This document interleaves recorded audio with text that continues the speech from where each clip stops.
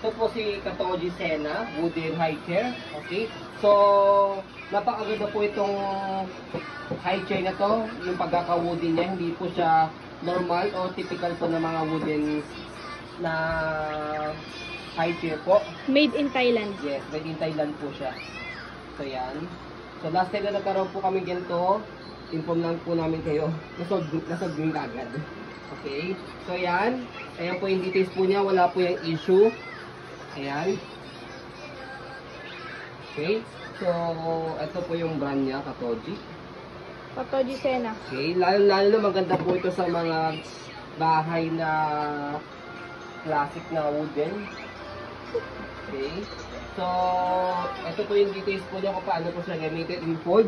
So, dito, meron siyang belt. Yan. Kapag fold.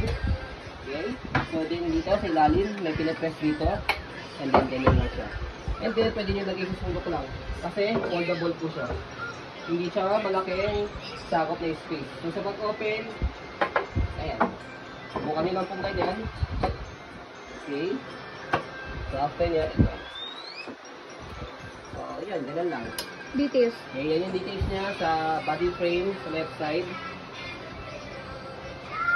Okay, sa likod. Ayan. Sa right side.